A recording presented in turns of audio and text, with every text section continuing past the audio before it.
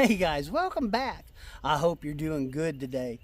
Today I'm going to be showing you an update on where I'm going to be putting my pumpkins this year. I'm going to show you a soil test that I did, and I'm also going to show you some of the soil. I'm going to show you the texture and see if it's changed and just kind of what it looks like, just to see, you know, if everything I did last fall, if it actually helped.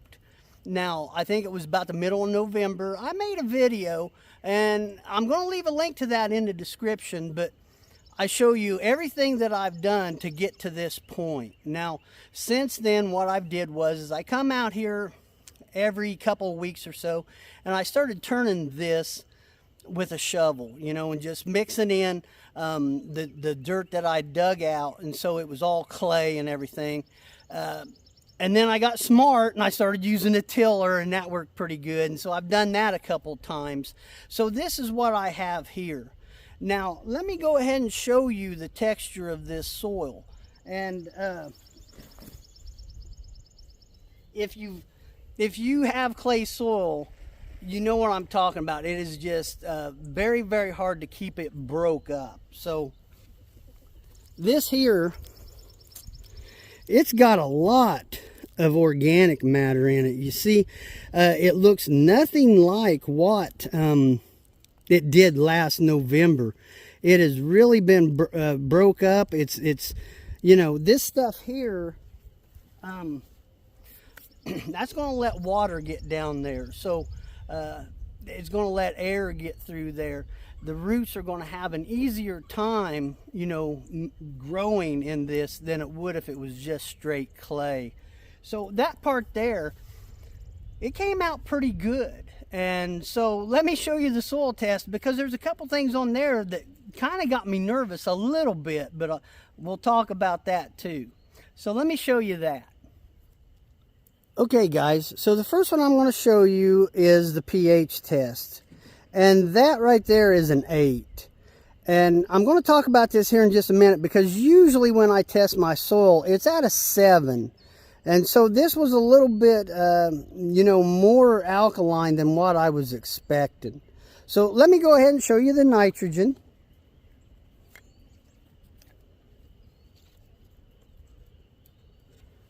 And guys, you're supposed to keep all the organic matter that's floating in there out, but I couldn't. I tried to get it out of the soil. Now you can see that's high.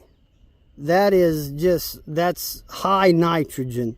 And so that, it has me worried a little bit, but I'll explain why I'm not super worried. The last one that I took was phosphorus.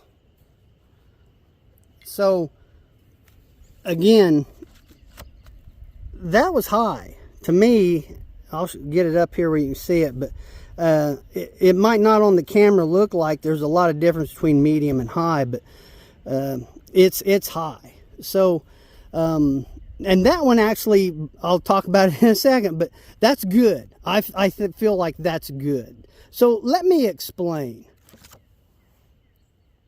Okay guys, so real quick, guys, if you liked the video and you want to see how the pumpkins are coming out and just all the other stuff that I've been doing in my garden, please consider subscribing. I would appreciate it.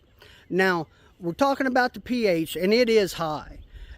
Now, pumpkins usually enjoy a slightly acidic, like a 6.8, something like that on the pH scale. So while it is high, I don't worry too much when it comes to like pumpkins. And all this, you can include squash in on this, you know, because they're in the same family. And so I'm just not going to worry so much about the pH. But one thing that does have me, I'm kind of wondering about this, is every time I use this pig manure as an amendment and then I take a soil test, the pH seems to be high. Now, I can't prove or disprove if it's the pig manure or not. And if anybody can help me out on that, I would really appreciate it. But guys, it just seems like if I take a pH test somewhere where I haven't, it just seems lower. So I'm going to keep an eye on that, and you know, I'll let everybody know if I can come up with something concrete. Now, the nitrogen, that one kind of had me worried, just simply because it is high. And high nitrogen, excessive nitrogen, is just as bad as a nitrogen deficiency. Your plant will grow, but it has a hard time setting fruit. So the thing that I'm not that worried about it, I'll explain in just a second. Now the potassium, again, it seems high, but that's good to me because I'm not actually going to plant anything here until probably May, maybe even early June.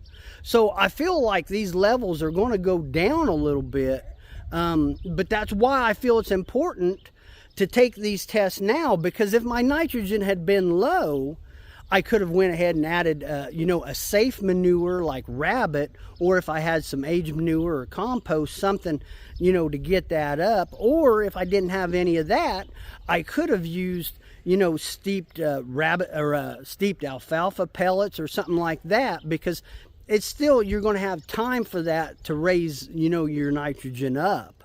Now, the potassium, guys, the big thing about potassium and pumpkins is they really help when the plant's flowering. That's where you want that potassium. So if I have an excessive, if I feel like there's too much there, by the time that happens, I'm sure it's going to be lower. So at first I was kind of worried about it, but I think by the time it comes around, I'm going to be fine. And so for that reason, and I think that soil looks pretty good, I'm hoping to have, some really good pumpkins this year. So I guess we'll find out.